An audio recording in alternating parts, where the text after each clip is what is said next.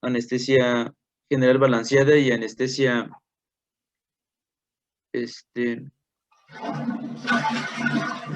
anestesia total endovenosa.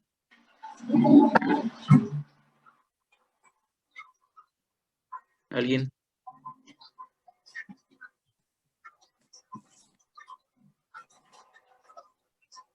Chicos. Francisco o Karen.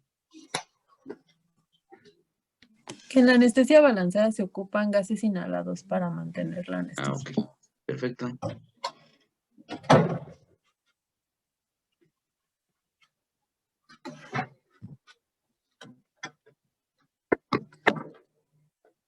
Perfecto.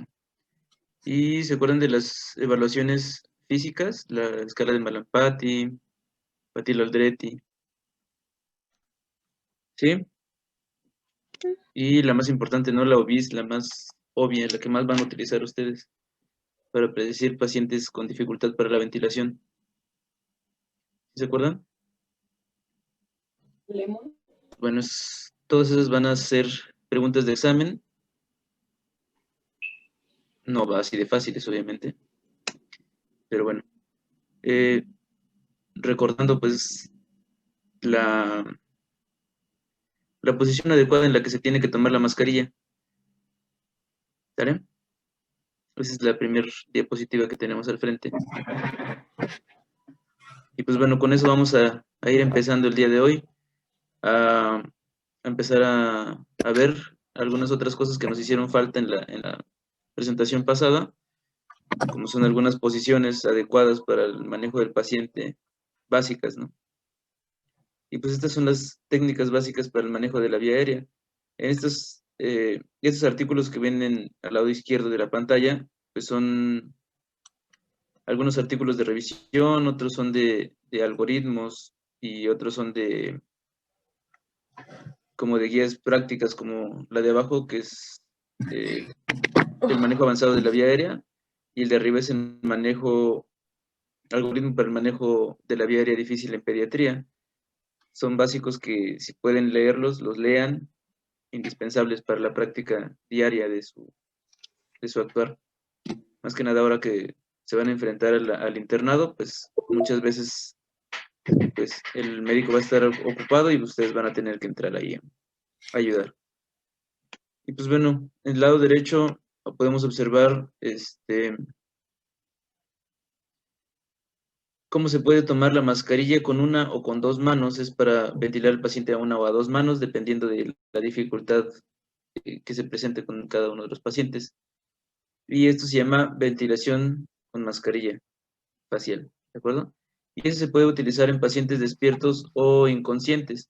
En pacientes despiertos no vamos a aplicar ninguna fuerza, ninguna presión hacia el tórax a través de la mascarilla, sino que vamos a dejar que el paciente mismo respire, y lo único que vamos a hacer con la mascarilla es hacer un buen sello y desobstruir la vía aérea. Como ya habíamos mencionado en la plática anterior, en la clasificación de OBIS, nos hablaba acerca de los pacientes obesos y con todas esas características que ya habíamos visto. Entonces, este tipo de pacientes, como tienen lleno de grasa todos los tejidos circundantes a los músculos, pues lo que van a hacer es que se van a hacer un peso extra hacia la lengua o van a disminuir el espacio en la faringe, entonces van a obstruir la vía aérea. Para eso tenemos estas técnicas. Como ven, colocamos la mano sobre la mascarilla y los 3 dedos sobre la cara del paciente. Con esto hacemos una tracción hacia nosotros. Nosotros obviamente nos vamos a colocar atrás de la cabeza del paciente, así como se observan las manos. Y vamos a traccionar muy suavemente, muy gentilmente la cabeza hacia atrás y hacia arriba la mandíbula para poder desobstruir nuestra vía aérea. ¿De acuerdo? Les comentaba ayer acerca de algunas posiciones que debemos de colocar en nuestro paciente, y el fundamento de esto es que tenemos que alinear los ejes. Tenemos 3 ejes principales: el eje oral, en la parte derecha de la pantalla, en la La letra A, de arriba hacia abajo, estamos viendo verticalmente, dice OA, ese es el eje oral. El PA es el eje laringio, perdón, el eje faringio, y el LA es el eje laringio. Entonces, si tenemos a nuestro paciente únicamente acostado, sin almohada ni nada, en una situación recta, pues vamos a ver que se van a encontrar estos ejes, no, van a ser casi perpendiculares algunos. Y nos hablan este artículo de manejo avanzado de la vía aérea, que únicamente con la colocación de la almohadita de entre 5 a 15 centímetros, se recomienda 10, únicamente con eso vamos a alinear los ejes faringio y laringio. Si se dan cuenta cómo se rectifican los dos ejes, de estar así de separados aproximadamente entre 35 y 45 grados, lo disminuimos hasta 11 grados, ¿vale? Y el eje oral pues sigue siendo, a pesar de que sigue siendo casi perpendicular, pues también se alinea un poco más. Entonces, como les comentaba en la pasada, decíamos que traccionamos hacia atrás la cabeza y así alineamos los tres ejes casi para tenerlos en un ángulo pues, de 180 grados. La diferencia es que solamente son entre 3 a 5 grados, lo que podemos ahí observar. Y en el número D, lo que observamos es lo que hacen algunos de los médicos que no tienen experiencia para intubar a los pacientes. Sin la utilización de una almohadita, únicamente traccionan la cabeza y a veces la dejan colgando de la camilla. Esto es pues, sumamente erróneo, porque no se alinean los ejes y al contrario nos va a dificultar más la vista de las cuerdas bucales. ¿De acuerdo? Y pues bueno, la intubación orotraqueal se considera el gold standard para el manejo adecuado de la vía aérea. Hay que tener la vía aérea siempre asegurada. Ningún otro dispositivo te va a asegurar la vía aérea como lo hace una cánula endotraqueal. Y pues dentro de las técnicas avanzadas para el manejo de la vía aérea, pues bueno, la principal tiene que ser forzosamente la intubación, pero hay ocasiones en las que no se puede intubar al paciente, como lo había comentado alguno de los compañeros ayer. ¿Qué haces si tiene todos los predictores, lo intubas o no lo intubas? Pues sí, tratas de intubarlo, pero si no lo puedes intubar, pues tenemos otras técnicas avanzadas para el manejo de la vía aérea que pueden estar o no disponibles en cada unidad en donde estemos trabajando. Por ejemplo, el uso de las mascarillas laringeas. En la imagen que vemos en la diapositiva es la imagen de una mascarilla laringea convencional, una mascarilla laringea clásica. Esa es la más antigua que se tiene registro, bueno, que se diseñó. Sin embargo, actualmente contamos con otros dispositivos como es la Fast Track o mascarillas laringeas para intubación. Son un tipo de mascarillas laringeas que solamente se introducen y al introducirla chocan directamente con la laringe y pues ya no pueden avanzar más. Y en este punto queda la parte de la parte que se ve de color carne en la imagen. En esa parte por esa parte se puede pasar el tubo y cae directamente sobre las cuerdas bucales. Entonces es una intubación a ciegas, pero dirigida por la mascarilla laringe. Tenemos otros dispositivos como son los videolaringoscopios, que son a veces muy caros o a veces, pues algunos otros muy baratos, pero con una definición de la pantalla muy pobre. Otras opciones son fibroscopios, la cricotireotomía directa, ventilación en jet translaringea o la intubación retrógrada, que son estas tres, pues únicamente de salvamento y se deben de realizar solamente por alguien entrenado, ya que si lo realiza alguna persona que no tenga entrenamiento, pues corre el riesgo de que tenga una hemorragia en ese momento, porque pues ya saben cuántas arterias pasan por ahí, ¿de acuerdo? Y pues hablando bien de las mascarillas laringeas, pues estas son las maneras de colocarla. Se tienen que introducir el dedo junto con la mascarilla laringe directamente, o la mascarilla intubadora, la Fast Track, como les comentaba. Esta es metálica, sin embargo ya actualmente contamos también con Fast Track desechables que son de plástico. Y pues ahí vemos cómo sale el tubito por la cabecita de la mascarilla laringe. Estos son los otros dispositivos con los que se cuentan, que son videolaringoscopios, como son este que es el CIMAC, el del que dice figura 15, el que dice figura 16 es un GlideScope, el fibroscopio rígido de Bonfields y pues el fibroscopio suave o el fibroscopio que actualmente utilizamos.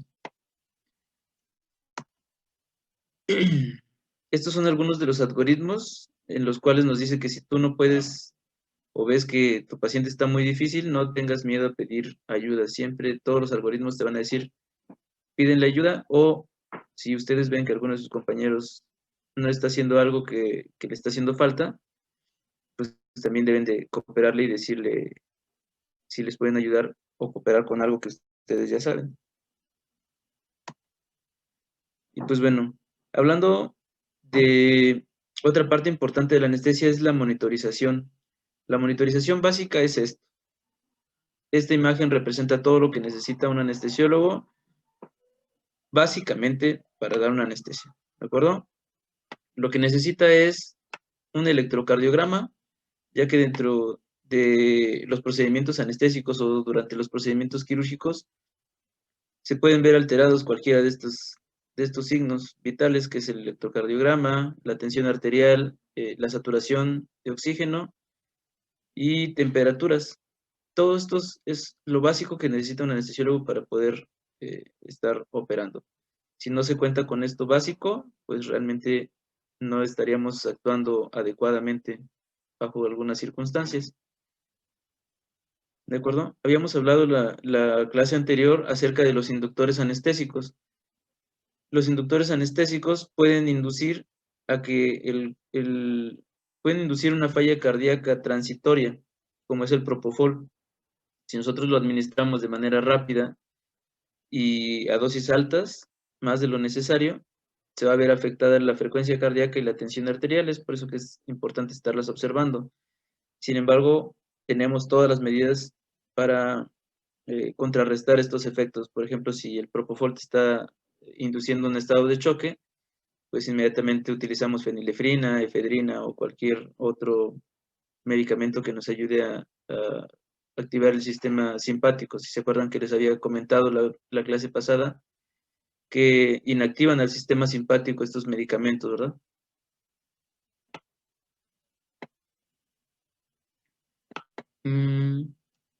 Y tenemos otros aparatos que hablan acerca de la monitorización más avanzada de los pacientes.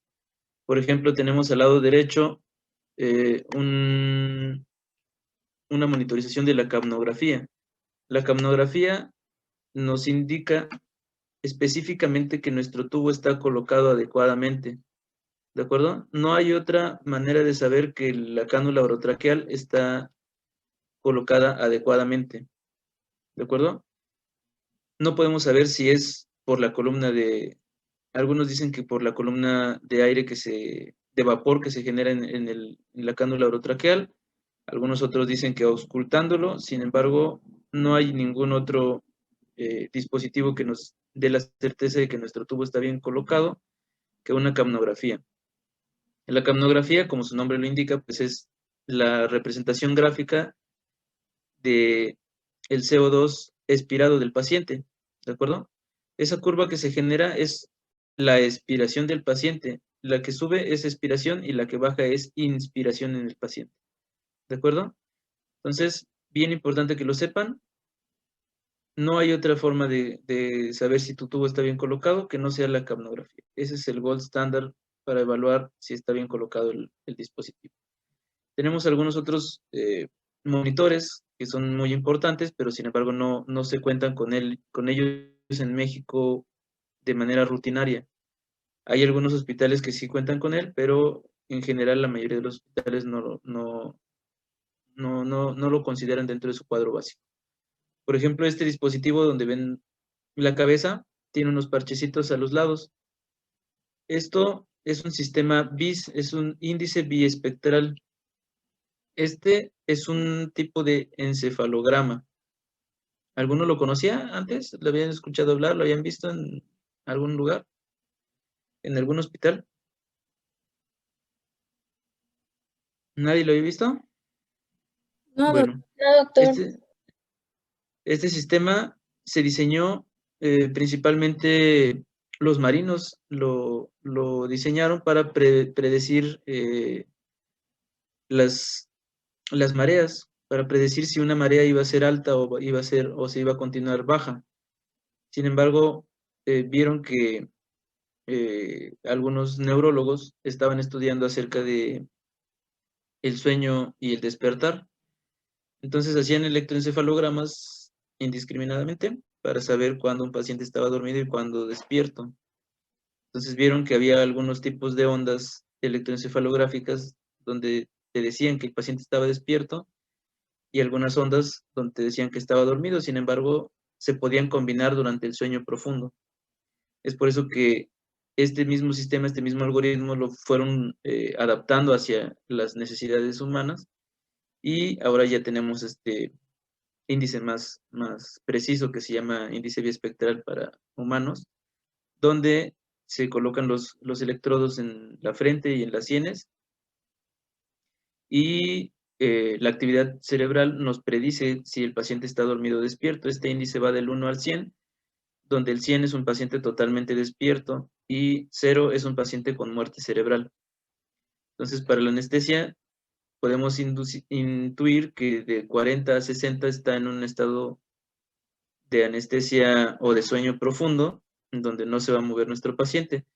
Pero si nuestro índice baja de 40, entre 30 y 20, esa actividad cerebral se está disminuyendo demasiado. Estamos llevando muy profunda la anestesia. Entonces tenemos que disminuir nuestros medicamentos o nuestros inductores, que son los mismos de mantenimiento, para que nuestro paciente no esté tan profundo, ya que la inducción muy profunda conlleva a daño cerebral, porque estamos apagando todas las neuronas y se pueden desconectar las aferencias que ya tenían.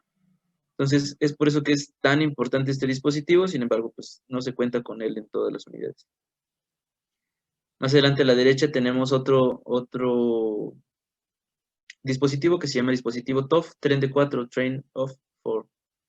Este dispositivo se conecta a la mano, se ponen algunos electrodos y se ponen dos electrodos que emiten electricidad y otros 2 electrodos que perciben las contracciones musculares. Este dispositivo envía 4 señales y nos indica qué tanto responde el músculo hacia la, ¿cómo se llama? Qué tanto responde al estímulo que se le realizó. Y pues aquí abajo tenemos la interpretación, cómo se interpreta. Por ejemplo, si tú mandas el tren de 4 y te da las 4 respuestas inmediatamente, pues obviamente quiere decir que el paciente está completamente desbloqueado. Esto es para evaluar el bloqueo neuromuscular únicamente. ¿De acuerdo? Y pues bueno, si hay un bloqueo muy intenso, que es a los 3 o 4 minutos después de la aplicación del medicamento, pues obviamente no va a haber ninguna respuesta porque no hay no hay una conexión neuronal hacia los músculos porque están bloqueadas por los medicamentos. Y obviamente poco a poco van a ir desbloqueando las fibras y pues cada vez que tú envíes la señal, pues te va a mandar diferentes tipos de señales del 1 igual, es del 1 al 100, donde el 1 es nula respuesta y el 100 es 100% de respuesta del músculo, quiere decir que no está bloqueado. Entonces, eso te indica cuándo puedes despertar a tu paciente, porque imagínate despertar a un paciente y que éste esté bloqueado, que no pueda mover un solo músculo. ¿Cuál va a ser su desesperación? Tener un tubo o estar despierto y no poder respirar por sí mismo. ¿De acuerdo? Entonces, es por eso que tienen mucha importancia importancia la monitorización avanzada en los pacientes bajo anestesia general. Sin embargo, pues también es un dispositivo barato, pero no lo encuentras en casi ninguna unidad médica actualmente. Y pues bueno, ya hablamos de anestesia general, ya hablamos de monitorización y de colocación a nuestro paciente. Pues ahora nos vamos a enfocar bien a lo que es la anestesia regional, ¿de acuerdo? Y pues bueno, hablando también de la historia, pues algunos de los primeros pensamientos ya lo habíamos mencionado en las primeras diapositivas, que Platón y Aristóteles concebían tanto que el placer y el dolor eran pasiones del alma y emociones, y no se referían a sensaciones concretamente. Pero actualmente el concepto de dolor acepta que es una señal de peligro enviada por medio de fibras nerviosas específicas que pueden ser interrumpidas, moduladas o modificadas a lo largo de su trayecto. ¿De acuerdo? La imagen que vemos arriba es de Renato Descartes, que antes de su muerte en 1650, pues él propuso la idea de que había una conexión entre el dolor y el cerebro, y proponía que existía una conexión en esto. Y más adelante, en 1784, James Moore, el del anatomía, el anatomista, pues él sugirió que al presionar algunas partes del cuerpo producía disminución de la hemorragia y disminución del sangrado. Entonces él empezó a disecar cuerpos donde encontraba la arteria, y también encontraba algunas estructuras que él mismo no conocía. Entonces diseñó este aparato que vemos ahí abajo, el cual confería un sangrado mínimo, y se dio cuenta también que disminuía el dolor en este tipo de pacientes cuando realizaba estas maniobras. Más adelante, Charles Bell, en 1803, descubrió las funciones motoras de las raíces dorsales y las funciones sensitivas de las raíces anteriores de los nervios. Y más adelante ya habíamos visto que Niemann había aislado, ¿no?, la cocaína. Y Tomás Moreno y Maíz en 1868 demostró, aplicándose una inyección subdérmica de la coca, que podía utilizarse para realizar cirugías. Sin embargo, pues era una anestesia local solamente de la piel y de los tejidos más profundos, pero pues aún no se podía utilizar adecuadamente. Más adelante, a principios de 1900, el doctor Bier fue discípulo de Quinqué. Quinqué fue un doctor que empezó a estudiar acerca de la anatomía de la columna vertebral. Entonces fue el primero que logró diseñar una aguja específica para la extracción de líquido espinal. Entonces el doctor Bier hizo un trabajo donde empezó a postular que podía introducir cocaína a través del líquido cefalorraquídeo para entumecer la médula espinal, y fue satisfactoria su investigación. Entonces, utilizando agujas rígidas, pues administraban cocaína a través del líquido cefalorraquídeo, y esto ocasionaba un bloqueo subaracnoideo, que fue el primero que se realizó. Y pues bueno, fue muy triste esta historia porque todos sus alumnos practicaban entre ellos y pues se hicieron adictos a la cocaína, porque la utilizaban en intravenosa, la utilizaban subdérmica, la utilizaban en bloqueos, y pues muchos de ellos, al contaminarse las agujas, pues fallecieron por neuroinfecciones debido a esto. Entonces, mucho cuidado con la cocaína.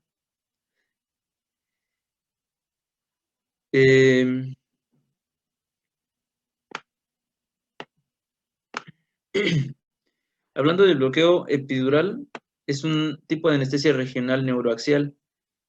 Este es el nombre genérico que se le da a los 3 tipos de bloqueo. Es bloqueo epidural o bloqueo peridural, que es lo mismo, bloqueo subaracnoideo y bloqueo mixto. Son los 3 tipos de anestesia regional neuroaxial. ¿Por qué neuroaxial? Porque son directamente en el neuroeje, directamente sobre la médula espinal. Se considera que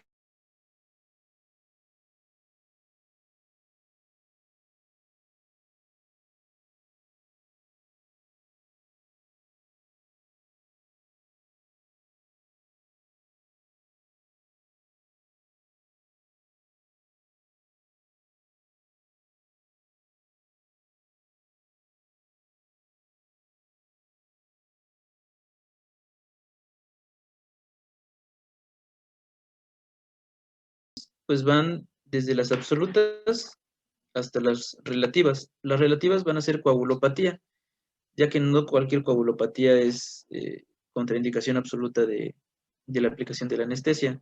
La inestabilidad hemodinámica, siempre y cuando sepas el origen y puedas corregirlo, no es una contraindicación absoluta. Si hay una cirugía previa del raquis o de la médula, que haya habido una, no sé, que hayan abierto la columna vertebral por alguna u otra razón, pues eso sí es una contraindicación absoluta. Y la otra contraindicación absoluta es la negativa total del paciente, que el paciente no quiera que lo anestesies por vía raquídea. Esa es una contraindicación. Las complicaciones, y como ya les he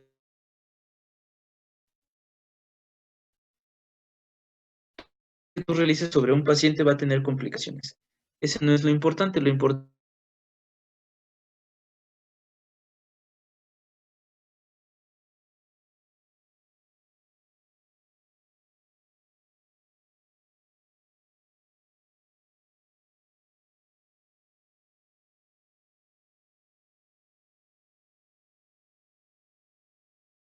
o junto con el líquido cefalorraquídeo. Para este tipo de medicamentos, bueno, para este tipo de anestesia utilizamos medicamentos enriquecidos con glucosa, no porque la glucosa tenga algún efecto sobre los nervios, más bien porque es hidrosoluble y los nervios son eh, aceptan más pues los medicamentos hidrosolubles. Entonces, se administran en conjunto para que el pase de la glucosa pase también el anestésico local más rápido y tengas un bloqueo más efectivo porque pasa más medicamento y pasa de manera más rápida. Se acelera pues el bloqueo. Y los 5 puntos, perdón, los 4 puntos a determinar o los 4 puntos más importantes de este tipo de anestesia son pues la pérdida de estimulación sensitiva y motora, ¿de acuerdo? En el otro tipo de bloqueo, el bloqueo es más de tipo sensitivo que motor, pero en esta es igual, a la par. Se pierde la estimulación sensitiva y motora y hace al paciente sensible frente a fármacos sedantes. Si tú administras una anestesia subaracnoidea, es más fácil que se duerma con cualquier sedante que con el otro tipo de anestesia, o si estuviera pues, el paciente normal. ¿Por qué? Porque estás actuando sobre las fibras simpáticas, pero como estás sobre el líquido cefalorraquídeo, el líquido cefalorraquídeo no es estático, no está detenido. El líquido cefalorraquídeo va y viene todo el tiempo. Entonces, cierta cantidad del medicamento va a subir hacia el cerebro y va también a bloquear fibras nerviosas centrales. Es por eso que se dice que son más sensibles a alguna sedación. Y el número 2 es predominio del sistema vagal, sugiere un riesgo de colapso cardiovascular durante la anestesia nerviosa central, como les comentaba. El líquido cefalorraquídeo no es estático, se está moviendo, es dinámico, todo el tiempo está subiendo y bajando. Entonces, al subir y bajar la cantidad de medicamento, lo que va a suceder es que se van a bloquear fibras más arriba. ¿Sí se acuerdan de dónde vienen las fibras miocardioaceleradoras del corazón. Bueno, proceden también de fibras nerviosas ubicadas entre C4 y C1. Entonces, bloqueando arriba de estos niveles, perdón, de T4 a C1, bloqueando estos niveles, podemos hacer una bradicardia refleja por inhibición de estos nervios que están por encima de las, bueno, que están las fibras miocardioaceleradoras, ¿de acuerdo? Los pacientes con esta simpatectomía, o sea, con este tipo de anestesia, les repito otra vez, se bloquea las fibras simpáticas. Van a precisar una reanimación energética o enérgica, perdón. Esto quiere decir que hay que utilizar vasopresores para restablecer la función miocárdica tras un paro cardíaco si es que se llega a presentar. Lo que nosotros hacemos es una cocarga. Esto quiere decir que pasamos líquidos para disminuir los síntomas o los signos que se presentan al administrar los medicamentos. Entonces, a su consideración, es más peligroso este tipo de anestesia, pero es más efectivo. ¿Vale? Con esta no hay fallas. ¿Por qué? Porque obtienes líquido cefalorraquídeo y ahí mismo administras el medicamento. Y en el otro no, en el otro puedes administrar medicamento y probablemente puedas o no estar en el sitio adecuado. Y en el último punto, pues deben sospecharse síntomas neurológicos transitorios en un paciente que ha recibido anestesia intradural con lidocaína. ¿Por qué? Porque la lidocaína se difunde más rápido hacia el cerebro. ¿Por qué? Porque tiene un peso molecular más bajo que los otros medicamentos, como la bupivacaína o la ropivacaína. Entonces, una administración no intencionada puede subir hacia el cerebro y posterior a la cirugía puede dar un dolor en las nalgas o en la cara posterior de las extremidades inferiores.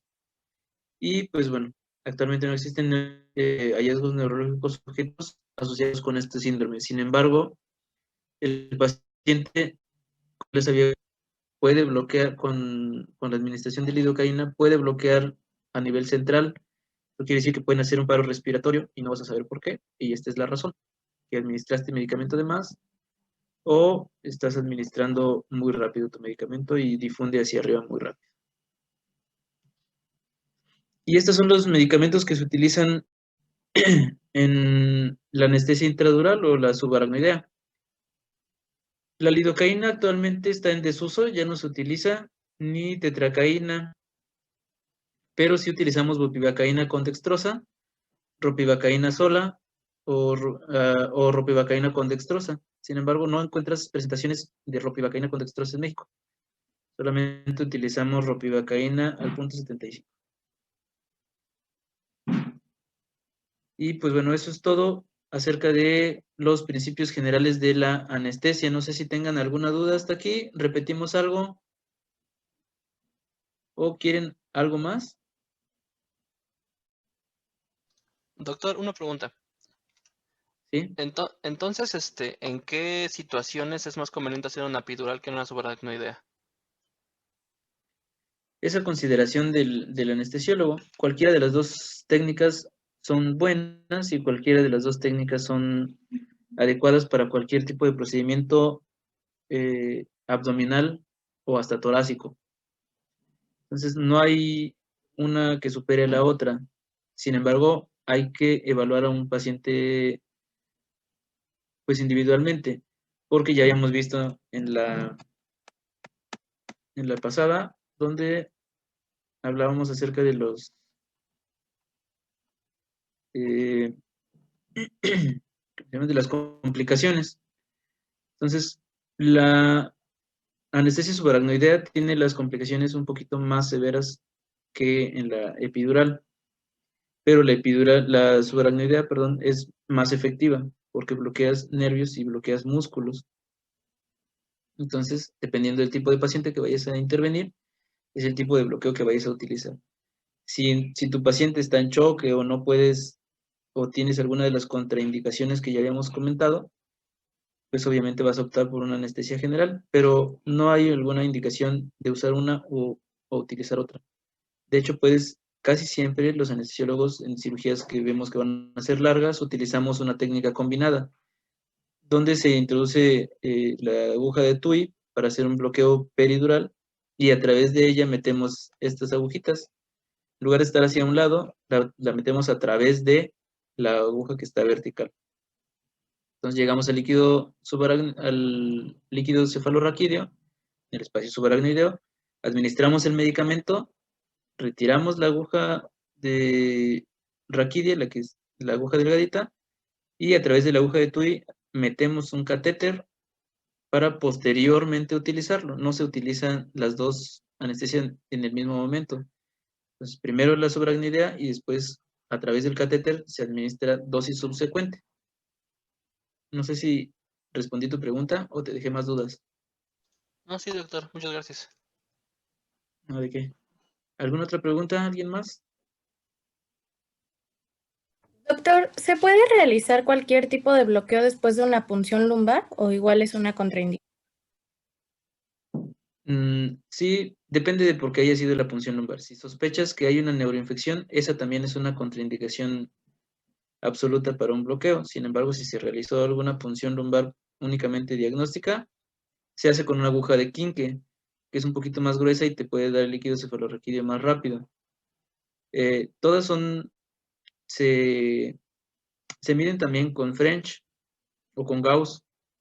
Entonces, entre más bajo sea el número, mayor va a ser el calibre. Entonces, las agujas quinque son de un calibre 22 o un calibre 15. Entonces, son muy delgaditas porque la aguja peridural es un calibre 17. Y también las agujas Whitacre, las que se meten a través de la aguja de TUI, pueden ser calibre 22 o 25, son prácticamente lo mismo. Entonces no hay ninguna diferencia. Si se realiza algún procedimiento donde tengas que obtener líquido cefalorraquídeo, solamente esa sería la contraindicación, que tengas sospecha de neuroinfección. Si no, pues nada. Gracias. ¿Sí? ¿Alguna otra pregunta? Disculpe, doctor, mencionó igual que al momento que podría haber casos en donde se presenta como hiperlaxitud, ¿qué estructura se podría como confundir y qué repercusión podría causar eso? O sea, la anestesia, bueno, ¿igual le haría efecto o qué pasaría? Pues realmente no ocasionaría ningún efecto porque se absorbe por los vasos linfáticos. La hiperlaxitud ocasiona que nos quedemos encima del ligamento amarillo la mayoría de las veces. Entonces no atraviesas adecuadamente el ligamento amarillo porque el ligamento amarillo tiene muchísimas fibras. Entonces, si tú estás empujando y no los atraviesas es porque es como una liga, pues. Entonces solamente le estás empujando. Y tú al empujar el émbolo haces una prueba con aire primero y el émbolo de tu jeringa pues es uno de baja resistencia. Puedes inyectar el aire directamente y confundir el espacio. Entonces te confundirías en el espacio entre los, entre los ligamentos.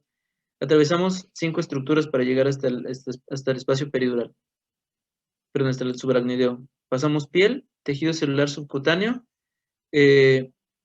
supraespinosos, son ligamentos supraespinosos, ligamento interespinoso y ligamento amarillo. Son cinco estructuras que tienes que atravesar. Cuando tú atraviesas las primeras 2 ligamentos, pues obviamente sientes alguna resistencia, pero cuando hay hiperlaxitud puede no haber tanta resistencia y sentirse muy, muy suave, pues. Entonces tú te guías más que nada en esos casos por la distancia en tu aguja. Como pueden observar, la aguja tiene colores como cebra. Entonces, cada una de esas rayitas, cada color es 1 centímetro. Entonces, son de 3 hasta 12 centímetros máximo lo que puede avanzar tu aguja. La aguja tiene una distancia, una longitud hasta el tope de 13 centímetros. la mayoría. Hay algunos que son para obeso que pueden ser de 15 hasta 18 centímetros. Depende de la marca. Pero sí, si tú ya estás avanzando demasiado y quieres probar, pues obviamente no vas a saber en qué estructura te quedaste atorado, y si tu aire pasa, pues tú crees que estás en la estructura correcta, que estás en el espacio epidural, y administras el medicamento. No hay forma de saber en qué espacio estás, pero sí te vas a dar cuenta porque pues el bloqueo no va a tener resultado, no va a tener efecto. Y no hay ninguna complicación si eso pasara, si llegaras a administrar medicamento en un lugar donde no. Las únicas complicaciones son si hay una administración en los vasos o si hay alguna administración directamente sobre el líquido cefalorraquídeo de manera muy rápida. Como les mencionaba, en el espacio peridural se administran dosis concentradas y a altos volúmenes, a diferencia del subaracnoideo, donde se administran pocos volúmenes a concentraciones pueden ser igual de altas o menores. Gracias, doctor. ¿Alguna otra pregunta? No, ¿de qué? ¿Más preguntas?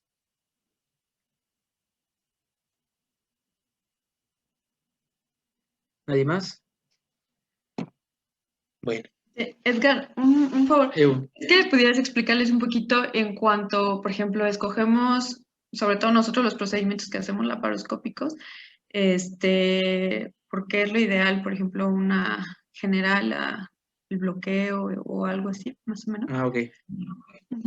Porfa. Bueno, el tipo de anestesia se va a elegir dependiendo del procedimiento. En este caso que comenta la doctora es ¿por qué utilizamos la anestesia general en un procedimiento laparoscópico? Si bien lo saben, el procedimiento laparoscópico consiste en insuflar la cavidad abdominal. Entonces, ¿alguien sabe cuál es la presión intraabdominal normal? ¿Positiva o negativa? Sí recuerdan que la presión intratorácica es de -12, ¿no? Es una presión negativa. Por eso si le pican un tórax, va a jalar aire. Entonces, ¿la cavidad abdominal tiene presión positiva o negativa? Positiva. Positiva. ¿De cuánto? ¿Cuántos milímetros de ¿No es de mercurio? 15? ¿Cuántos centímetros de agua? ¿Era de 4 No. a 6? Es de 0 hasta 6. Ajá. Lo normal esté en 2 o en 4, más o menos. Entonces, con la administración del CO2 en la cavidad abdominal, puedes elevar la presión intraabdominal hasta 12 o hasta 16 máximo, la presión intraabdominal. Entonces, eso te conlleva a que empujes el tórax hacia arriba. Entonces, el paciente no tolera adecuadamente la presión intraabdominal, como cuando uno come hasta atragantarse, obviamente aumenta la presión intraabdominal y empuja los pulmones hacia arriba. Entonces, no hay una adecuada ventilación. El paciente se desespera, se mueve, respira y obviamente los músculos abdominales tratan de compensar esa presión contrayéndose. Esto conlleva que pues, no puede trabajar adecuadamente el paciente, aumenta más y más la presión intraabdominal y no puede trabajar, no se puede trabajar. Entonces, por eso se considera en este tipo de cirugías laparoscópicas es mejor una anestesia general que una regional. ¿Vale? Porque en la general, ¿cuáles son los 3 puntos que se realizan desde el principio de la anestesia? ¿En qué consiste, pues, la anestesia general?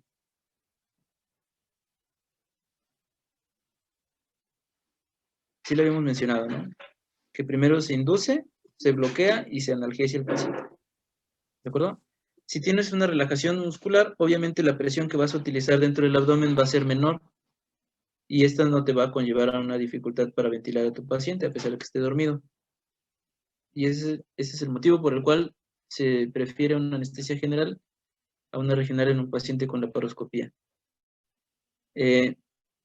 Para otro tipo de procedimientos, pues siempre es preferible una anestesia regional. Si es un procedimiento muy rápido que no va a tener complicaciones como un retiro de un lipoma, un cierre de una hernia, pues se prefiere una anestesia regional. Pues ¿por qué? Porque es más rápido, y es únicamente pasajero, y además se controla el dolor posterior a la cirugía. ¿Vale? ¿Algo más? Cap? Listo, pues creo que es, bueno, todo por de lo que yo te quería decir que les comentaras. Muchísimas gracias por habernos apoyado ahorita en las clases. Y ya nadie más tiene alguna duda o algo más que quiera aportar. Yo sí tengo una duda. ¿Por qué en algunas veces en algunas cirugías dicen que nada más pues se realiza como tal sedación y no como tal una pues anestesia? ¿Cuál sería la diferencia de solamente inducir pues la sedación en el paciente y operarlo así a ya realizar completamente la anestesia? Qué buena pregunta, Lucero. Pensé que nadie lo iba a preguntar. Pues la diferencia entre sedación y analgesia general es el estímulo doloroso que vayas a generar para la cirugía. Si el estímulo va a ser únicamente superficial, como por ejemplo, no sé, un retiro de un catéter, si va a ser una cirugía urológica como colocación de un catéter doble J, que nada más van a entrar por uretra, ponen el catéter y salen, son 5 o 10 minutos, pues se prefiere una sedación. Si va a ser un estímulo más fuerte, como abrir músculos, abrir cavidad abdominal, pues sí se tiene que dar una anestesia general o regional. Esto es debido al tipo de estímulos. Como ya lo habíamos visto en la plática pasada, la sedación es únicamente adormecer a nuestro paciente por unos minutos y no proteges la vía aérea.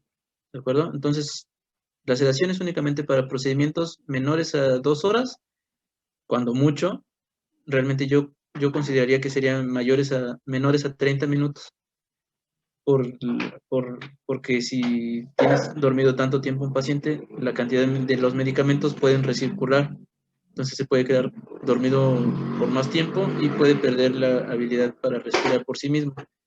Entonces esa es la diferencia entre utilizar una anestesia general y una sedación. Aparte, la sedación también se utiliza preferentemente en procedimientos no álgicos, no dolorosos, como es una tomografía, una resonancia magnética, una exploración vaginal con espejo, una especuloscopía vaginal, pues. Algunos otros procedimientos que no sean tan dolorosos. Si es un procedimiento más doloroso, sí se tiene que dar medicamentos más potentes. Y el problema aquí es que no es que los opioides te induzcan una depresión respiratoria, sino que aumenta la tolerancia al CO2.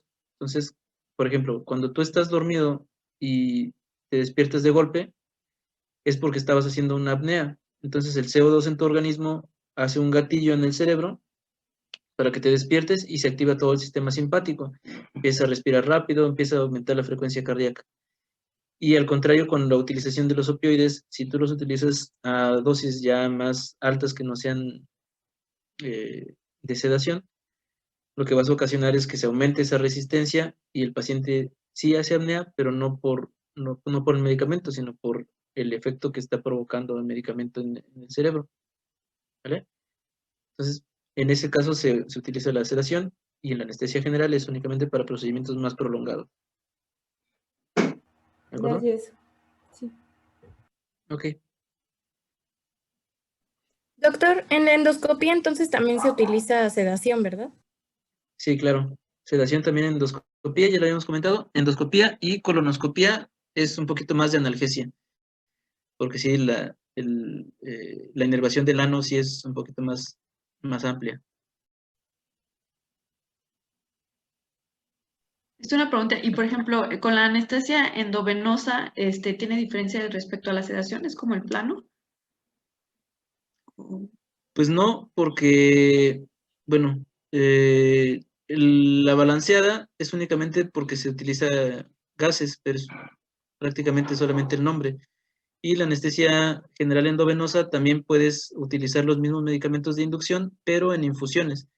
Esa es la diferencia que entre balanceada y endovenosa, que la endovenosa utilizas todo el tiempo medicamentos, ya sea en bolos, que es, es lo que utilizamos casi todo el tiempo porque no hay existencias en los hospitales comunes de bombas de infusión, pero si existieran bombas de infusión en todos lados, pues se dirían con bombas de infusión todo el tiempo.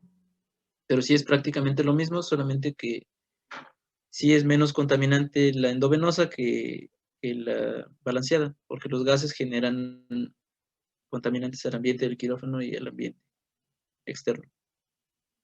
Doctor, ¿y no hay algo para que esos gases no salgan? Es que me acuerdo que leí algo de sistema abierto, cerrado, mixto, y algo de que una sal de cal o algo así absorbía el CO2 y no creo Bueno, como contaminantes, pero no sé. sí, claro. De hecho, está legislado, se supone.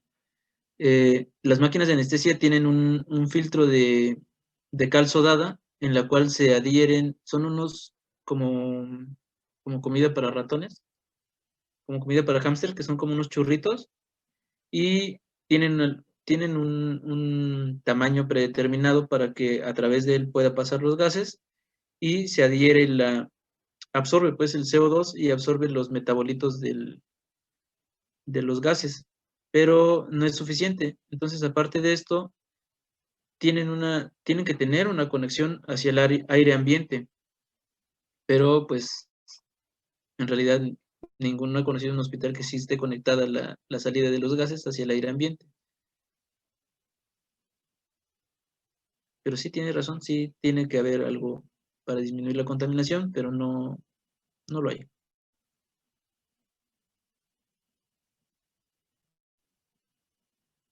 ¿Alguna otra pregunta? ¿Nadie más dudas ni nada? Listo, pues entonces muchísimas gracias, Edgar. Gracias a todos. Pues ya los dejamos para que puedan ir a su otra clase. Ok, muchas gracias. Gracias, nos vemos. Gracias. Hasta luego.